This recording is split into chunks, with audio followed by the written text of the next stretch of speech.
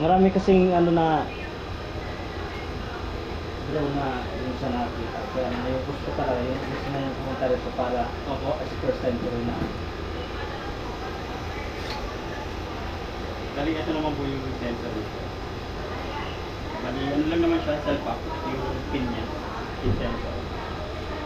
Malalaman nyo naman po kung secured na siya. Pag inangat nyo po yan, hindi siya nabagsak. Tapos sa, ano naman siya? Ito naman po, yung power niya. Hold press lang po hanggang sa yung ilaw tumuloy dito.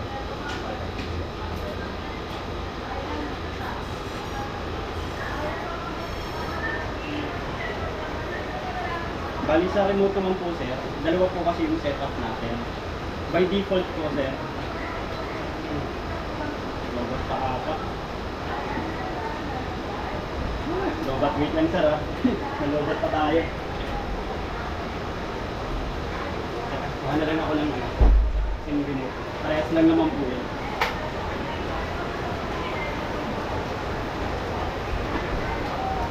Ayan.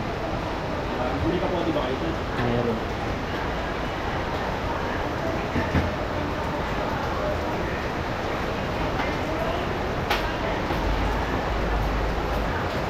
Eh, madami rin kayo sir na set na kanya. Opo sir. Ayun nga po, kararating lang po yung mga ano, mga delivery ng sa kabilang namin. Isang araw. Kalimitan talaga sa amin kaya ano, ito P21 saka yung P11. Yung pagka dito sa ano sir, di ba, check out, di ba pag Ay, hindi, huwag na dyan sir. I-dediretso na rin natin siguro. Gcash, kaya kung may kung ng cash, pwede rin naman. Bali, ito po sir.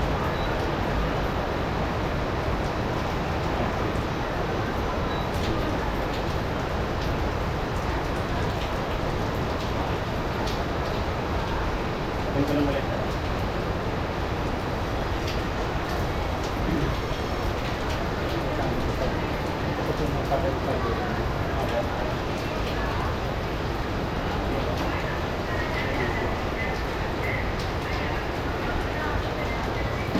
Okay, sir.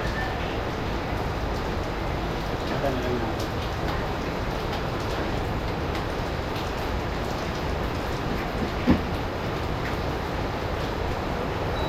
Kasi talaga yung ano niya, yung drone niya. Balilahin nyo lang naman po yun. Opo, takot lang po talaga ito sir. Para lang hindi pasukan ng alikabok. Sensor niya.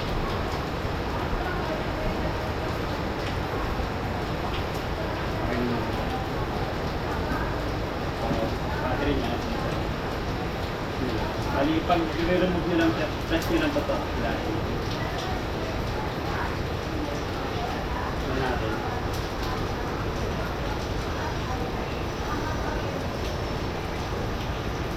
Micro po yung gamit ng remote. Pero sa battery po, type C. Apo, may cord naman po siyang ano, provided kung sakaling wala kayo.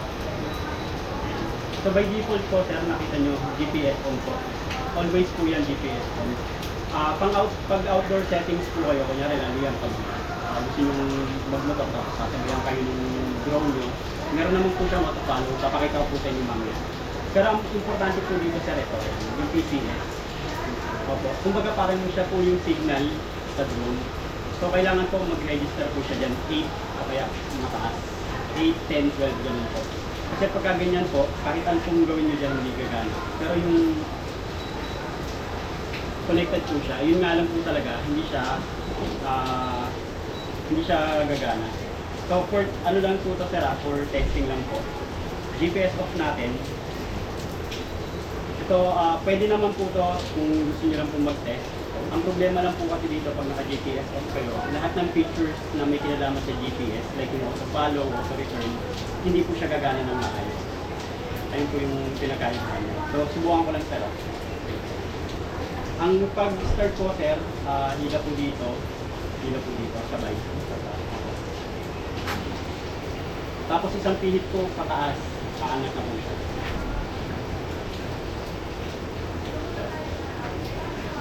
pinihit niyo po siya pataas. So ito nga pala sir, nagtataka kayo bakit yung iba yung nakikita ng drone ay isang pihit lang pataas, okay na. Ito po ano rin, for safety po. Kasi kung lalo kung may bata po kayo sa bahay, eh, mahirap na po pag isang ganun lang biglang ihihit. So kailangan po talaga ganun yung start niyo. Opo. Ang pag-stop naman po, hold niyo lang. Ulit ka rin.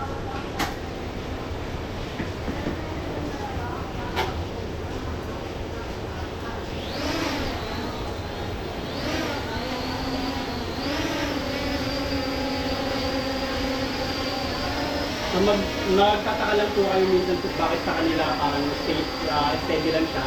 So pag may hangin po siya dito sir, gagalaw po talaga siya. Pero kung open area po kayo,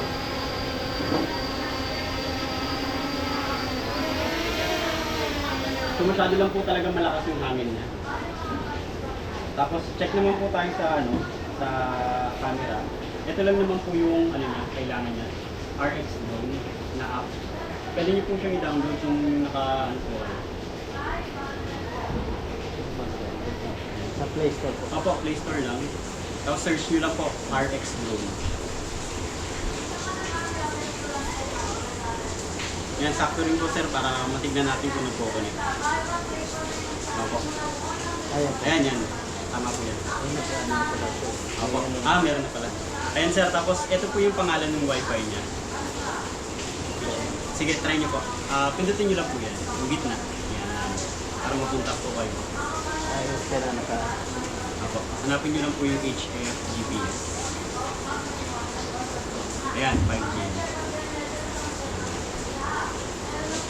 Opo. Sa-connect po, isang back lang po. Back lang. Ayan, para mapunta ulit kayo.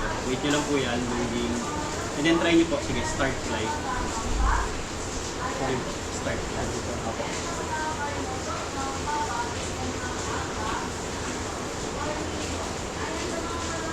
Sige, start flight niyo.